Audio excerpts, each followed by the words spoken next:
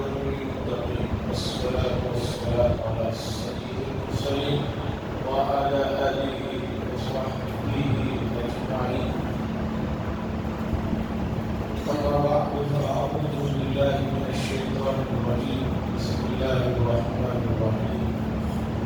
وما أبرئ نفسي إن النفس لأمارة بالسوء إلا ما رحم ربي إن ربي غفور رحيم.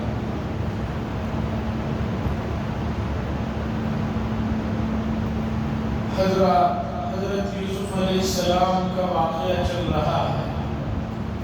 کل کی مجلس میں بات یہاں پر آ کر رکی کہ بادشاہ نے خواب دیکھا اور وہ خواب اتنا عجیب تھا کہ اس کی کسی نے تعبیر نہیں دی. پھر یوسف علیہ السلام نے اس کی تعبیر دی تو بادشاہ نے کہا کہ میں قید میں وہ جو صاحب ہیں ان کو فوراً رہا کر کے میرے پاس لا. وہ ساتھی آیا آ کر کہنے لگا کہ بادشاہ نے آپ کو رہا کرنے کا حکم دیا ہے, فوراً بادشاہ کے پاس چلا. لیکن حضرت یوسف علیہ السلام کا صبر, ان کے اخلاق دیکھیے. انہوں نے کہا پہلے مجھے اس بات کی اطلاع دو کہ بادشاہ سے پوچھو کہ جو عورتوں نے مجھ پر تہمت لگائی تھی اس کی تحقیق ہو جائے کہ میں اس میں بے گناہ ہوں. مجھے جیل میں جو رکھا گیا یہ کوئی گناہ کی سزا نہیں. ساتھی واپس گیا, جا کر بادشاہ سے کہا کہ وہ کہہ رہے ہیں کہ میں رہا تو ہو جاؤں گا لیکن اس سے پہلے تحقیق کر لیا جائے کہ عورتوں نے جو مجھ پر تہمت لگائی تھی وہ واقعہ کیا. بادشاہ وقت نے عورتوں کو بلایا اور بلا کر پورے واقعے کی تحقیق کی. سب عورتوں نے حتیٰ کہ زلیخا نے بھی اقرار کیا کہ بات دراصل یہ ہے کہ وہ بہت پاک دامن اور نیک ہیں. ہم نے ان کو بہکایا تھا, ہم نے ان کو پھسلایا تھا اور ہم نے ان پر الزامات لگائے تھے. وہ ہر طرح کے گناہوں سے پاک ہیں. سرکار دو عالم صلی اللہ علیہ وسلم نے فرمایا حضرت یوسف علیہ السلام بڑے ہی اونچے مقام کی شخصیت ہے. اگر میں جیل میں ہوتا اس طرح کی مجھے رہائی کی پیشکش ہوتی تو میں فوراً اس رہائی کی پیشکش کو قبول کرتا. لیکن یوسف علیہ السلام نے انہوں نے کہا پہلے تحقیقات کر لو کہ مجھے جو یہاں رکھا گیا ہے وہ کسی جرم میں نہیں ہے. اور انہوں نے صبر کیا اور جیل میں رہنے کو پسند کیا اپنے لگے ہوئے الزامات سے بری ہونے کی. رسول اللہ صلی اللہ علیہ وسلم نے اپنے سے پہلے کے گزرے ہوئے انبیاء علیہ السلام کی ہمیشہ بڑے اونچے الفاظ میں تعریف کی. اور اس سے بات معلوم ہوتی ہے کہ کسی میں کوئی بات ہے تو اس بات کا احترام کرنا اور اس کی تعریف کرنا یہ اخلاقی فریضہ. بادشاہ نے پورا تحقیقات کرنے کے بعد پھر اطلاع پہنچائی کہ آپ بے گناہ ہیں, آپ چلے آئیے. حضرت یوسف علیہ السلام نے آ کر کہا بات دراصل یہ ہے میں نے یہ سب اس لیے کیا تاکہ مجھے جس شخصیت نے اپنے گھر میں پناہ دی تھی انہیں پتہ چل جائے کہ میں نے ان کے گھر والوں کے ساتھ کوئی برائی کا معاملہ نہیں کیا. میں نمک حرام نہیں ہوں. جنہوں نے مجھے پالا پوسا اور اس مقام تک پہنچایا میں ان کے گھر والوں کے ساتھ برا کروں, ایسا نہیں ہو سکتا. یہ بات انہیں معلوم ہو جائے, یقین آ جائے, اس لیے میں نے یہ شرط رکھی کہ پہلے تحقیق کر لیا جائے, اس کے بعد میں کے بعد بادشاہ کے سامنے پھر وہ خواب کا واقعہ آیا، اس کی تعبیر دی۔ بادشاہ نے کہا کہ ایسا ہے کہ آج سے آپ ہمارے ساتھ رہیں گے۔ بادشاہ مصر نے کہا کہ آپ ہمارے ساتھ رہیں گے، رہ کر 1 سال آپ امور کو دیکھیے، سلطنت کو کس طرح چلایا جاتا ہے، کیا کیا جاتا ہے۔ اور بادشاہ نے پوچھا آنے والے 7 سالوں میں جو قحط پڑنے والا ہے اسے کیسے سنبھالنا ہے۔ حضرت یوسف علیہ السلام نے فرمایا کہ مجھے جو ہے آپ فوڈ کا انچارج بنا دیجیے، میں انشاءاللہ اس مسئلے کو احسن طریقے سے نبھاؤں گا، اور اللہ نے مجھے یہ صلاحیت دی ہے، میں انشاءاللہ آپ کو مایوس نہیں کروں گا۔ مفسرین نے اس جگہ پر 2 مسئلے لکھے ہیں۔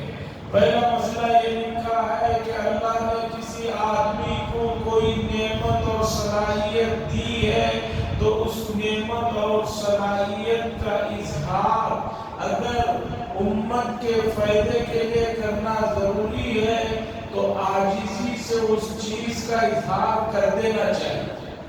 یوسف علیہ السلام اپنی بڑائی نہیں بیان کر رہے کہ یہ کام میں ہی کر سکتا ہوں، انہوں نے دیکھا حالات کو وہاں رہ کر تو اندازہ ہوا کہ بھئی اس کام کو اگر صحیح انداز میں پلاننگ سے نہ کیا جائے تو آنے والے 7 سالوں کا قحط پورے ملک کے لیے اور اطراف کے لیے مہلک ہوگا۔ اور یہ نبوت کی شان رکھتے تھے تو انہوں نے ازرائے ترحم امت پر بہت ہی عاجزی سے، فخر سے نہیں کہ میں ہی کر سکتا ہوں، بلکہ کہا کہ اللہ نے مجھے علم دیا ہے، آپ مجھے موقع دیں گے تو میں آپ کو مایوس نہیں کروں گا۔ بادشاہ نے کہا ٹھیک ہے، آج سے آپ انچارج ہو جائیے، سنبھالیے۔ اس کے بعد حضرت یوسف علیہ السلام نے جو ہے کھانے پینے کے انتظامی امور کو سنبھالا، اور چونکہ آنے والے 7 سال میں قحط تھا اس کے لیے پلاننگ کی، اور جو ہے اس پلاننگ کے تحت چلتے رہے، اور الحمدللہ مصر اور اطراف مصر میں آنے والے 7 سالوں میں جو قحط پڑا کسی کو کوئی کمی پیشی نہیں آئی۔ عزیزان گرامی، فی الحال ملک میں اور اطراف ملک میں بڑے حالات ہیں۔ سری لنکا کا حالات بتا رہے ہیں کہ وہاں پورا ملک دیوالیہ ہو چکا ہے، کھانے پینے کا قحط جیسی صورتحال ہو گئی ہے۔ دراصل امت اور انسان اللہ کی یہ جو نعمت ہے کھانا پینا، اس کی قدر نہیں کر رہے۔ 30ویں پارے میں سورہ عبس میں اللہ نے فرمایا فَلْيَنْظُرِ الْإِنسَانُ إِلَىٰ طَعَامِهِ أَنَّا صَبَبْنَا الْمَاءَ صَبًّا ثُمَّ شَقَقْنَا الْأَرْضَ شَقًّا فَأَنبَتْنَا فِيهَا حَبًّا وَعِنَبًا وَقَضْبًا وَزَيْتُونًا وَنَخْلًا وَحَدَائِقَ غُلْبًا۔ قرآن نے بتایا انسان اپنے کھانے کی طرف نگاہ کرے، اس تک کھانا جو پہنچ رہا ہے کتنے مرحلوں سے ہو کر وہاں تک آیا ہے۔ آسمان سے بارش پڑتا ہے زمین پر، پھر زمین کے اندر سے اناج اگتا ہے، پھر اس اناج کو الگ کیا جاتا ہے، انسانوں کا اناج الگ، جانوروں کا الگ، پھر اس اناج سے جو ہے گیہوں ہے تو اس گیہوں کو پیسا جاتا ہے، پیسنے کے بعد اس میں پانی ڈال کر اسے جو ہے گلایا جاتا ہے، روٹی بنائی جاتی ہے، پھر آگ پر جو ہے اسے پکایا جاتا ہے۔ اتنے مرحلوں سے ہو کر رزق اللہ تعالیٰ تمہیں پہنچا رہے ہیں، اس لیے اس رزق کی ناقدری مت کیجیے۔ رزق کی ناقدری آج عام ہوتے جا رہی ہے، لوگ کھانا کھاتے کم ہیں، پھینکتے زیادہ ہیں۔ حدیث میں آیا ہے، قرآن مجید کی سورہ الحاقۃ التکاثر کی آخری جو آیت ہے ثُمَّ لَتُسْأَلُنَّ يَوْمَئِذٍ سے نعمتوں کے بارے میں ضرور بھی ضرور قیامت کے دن سوال ہوگا۔ حضرت عمر بن خطاب رضی اللہ تعالیٰ عنہ فرماتے ہیں مرتبہ رسول اللہ صلی اللہ علیہ وسلم کے ساتھ ایک کھجور کے باغ میں تشریف فرما تھے۔ کھجوروں کے گوشے میں کچھ پکی ہوئی کھجوریں ہوتی ہیں، کچھ گجری کھجوریں ہوتی ہیں، اور کچھ آخر میں جو ہوتی ہیں وہ ذرا اس سے بھی لو کوالٹی کی ہوتی ہیں۔ اسے کسی نے چھوڑ دیا تو حضور صلی اللہ علیہ وسلم نے فرمایا یہ بھی نعمت ہے، اس کے بارے میں بھی سوال ہوا۔ اور حدیث میں ہے گرمیوں میں جو آدمی ٹھنڈا پانی پیتا ہے، گرمیوں میں ٹھنڈا پانی پینے سے بدن کی روح میں ایک جو سکون اور خوشی محسوس ہوتی ہے، یہ ٹھنڈا پانی بھی اللہ کی نعمت ہے، اس کے بارے میں بھی سوال ہوا۔ بہرحال یوسف علیہ السلام نے مصر میں بادشاہ کی پیشکش کو قبول کیا اور وہاں پر رہنے لگے، اور 7 سال قحط کے شروع ہو گئے۔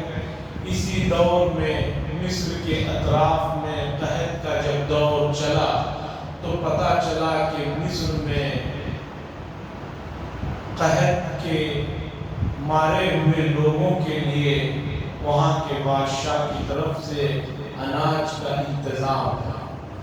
تو حضرت یوسف علیہ السلام کے جو بھائی تھے وہ کنعان میں رہتے تھے، وہاں سے وہ لوگ حضرت یوسف علیہ السلام کے پاس یعنی مصر میں آئے۔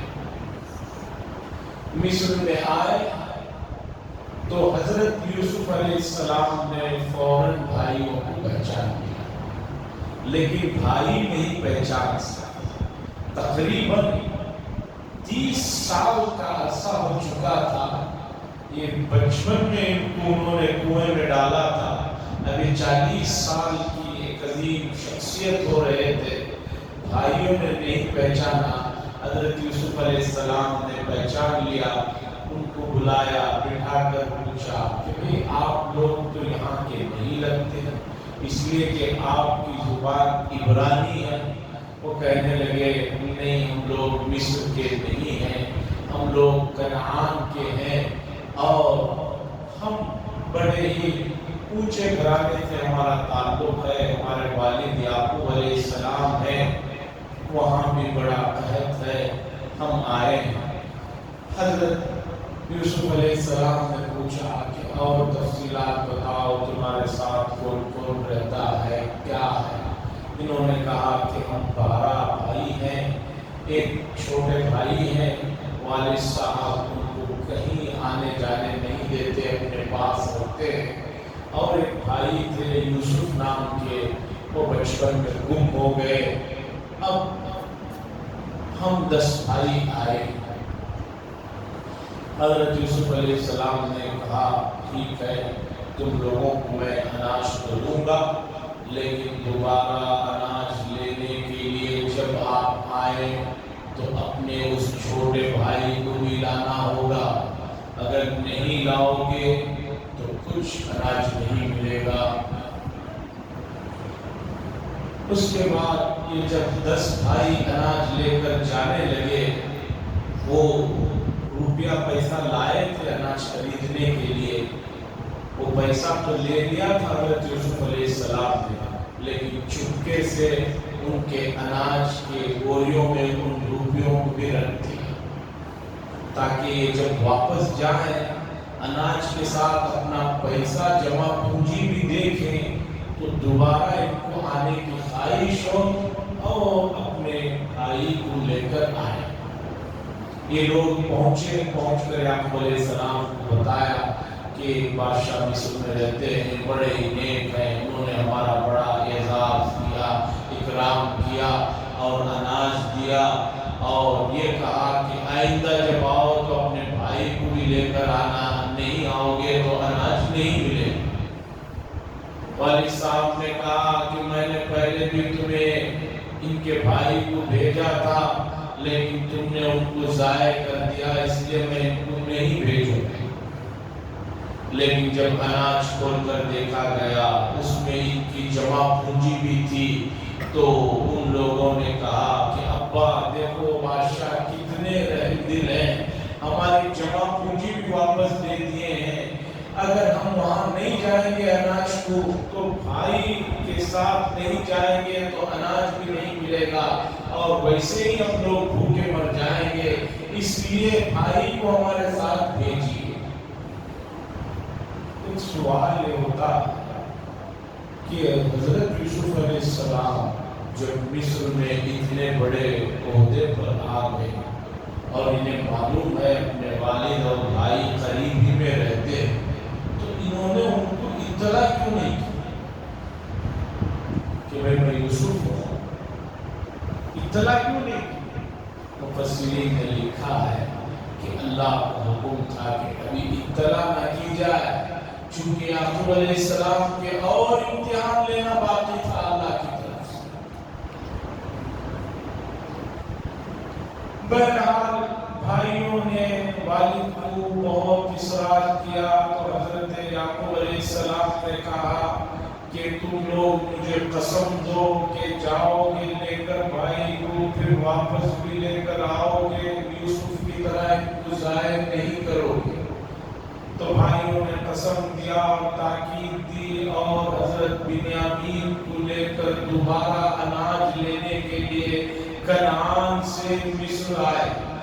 حضرت یعقوب علیہ السلام نے اپنے 10 فرزندوں سے بلکہ 11 فرزندوں سے کہا کہ بیٹا جب مصر میں شہر میں داخل ہونے لگو تو سب کے سب ایک دروازے سے ایک جگہ سے مت داخل ہونا، ادخلوا ابواب متفرقہ، الگ الگ دروازوں سے داخل ہونا۔ مفسرین نے لکھا ہے ایسا کیوں کہا؟ اس کی وجہ یہ ہے کہ یہ 11 بھائی نبوت کے گھرانے سے تعلق الحمدللہ کافی خوبصورت تھے، تندرست تھے اور صحت مند تھے، ایک ساتھ ایک جگہ سے داخل ہوں گے، لوگوں کی نگاہ پڑے گی تو دیکھیں گے کہ ایک ماں باپ کے 11 لڑکے، تو لوگوں کی نظر نہ لگ جائے، اس لیے یعقوب علیہ السلام نے کہا ایک جگہ سے داخل مت ہو۔ اور نظر کا لگنا حق ہے، حدیث میں آیا ہے جب کوئی چیز تمہارے بھائی کی تمہیں اچھی لگے تو یہ کہہ دینا ماشاء اللہ تبارک اللہ، اگر نہیں کہو گے تو نظر لگ جائے گی، اور جب آدمی کو نظر لگتی ہے تو پھر وہ ہڈیوں کا ڈھانچہ ہو جاتا ہے، اور حضور صلی اللہ علیہ وسلم نے فرمایا اونٹ کو نظر لگتی ہے تو پھر اسے ہانڈی تک ہی لے جا کر وہ نظر چھوڑتی ہے۔ 11 بھائی حضرت یوسف علیہ السلام کے دربار میں آئے، آنے کے بعد حضرت یوسف علیہ السلام نے لوگوں کو شاہی مہمان خانے میں رکایا اور بنیامین کو آہستہ سے اپنے پاس بلا کر لے گئے۔ لے جانے کے بعد کہا کہ میں تمہارا بھائی یوسف ہوں۔